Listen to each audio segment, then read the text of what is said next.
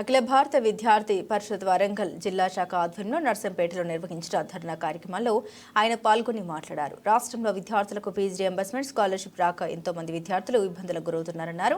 గత ప్రభుత్వంలాగే ఈ ప్రభుత్వం కూడా విద్యార్థి వ్యతిరేక విధానాలతో ముందుకు పోతుంది.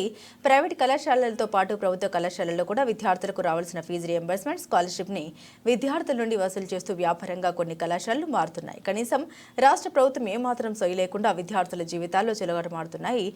ఎన్నికల్లో మాత్రమే విద్యార్థులు గుర్తుకొస్తారు. కానీ గద్దెనెక్కినాక విద్యార్థుల్ని పట్టించుకోకుండా ఈ రాష్ట్ర ప్రభుత్వం వ్యవహరిస్తుంది. వెంటనే ఈ కాంగ్రెస్ ప్రభుత్వం మొద్దు నిద్ర లేచి విద్యార్థులకు ఫీజు రియంబర్స్మెంట్ మరియు స్కాలర్షిప్ విడుదల చేయాలని కోరుతున్నామని అన్నారు. ఈ కార్యక్రమంలో వరంగల్ జిల్లా కన్వీనర్ శ్రావణ్ కుమార్, సంతోష్, సిద్ధు, గణేష్, యాకూబ్, శ్రీకుమార్, గణేష్ తదితరులు పాల్గొన్నారు.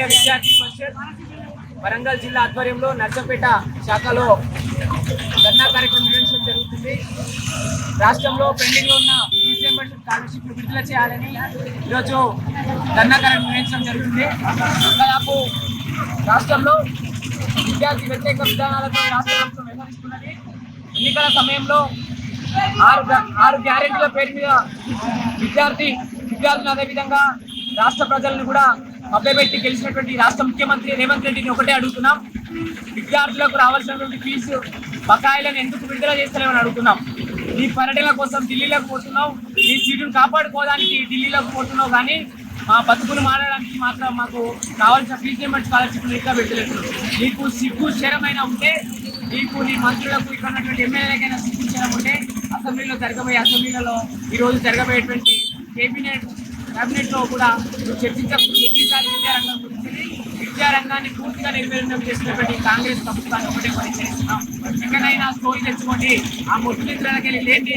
మీరు మీ మంత్రులు మీ ఎమ్మెల్యేలందరూ లేచి విద్యార్థుల పక్షాన నుండి మా విద్యార్థులకు కావాల్సినటువంటి పైన ఉన్నటువంటి ఫీజు రియంబర్స్మెంట్ బకాయిలను వెంటనే విడుదల చేయండి. లేదంటే ఇలాంటి ఏబీపీ కార్యక్రమాలు పెద్ద ఎత్తున నిర్వహిస్తామని తెలియజేస్తున్నాం.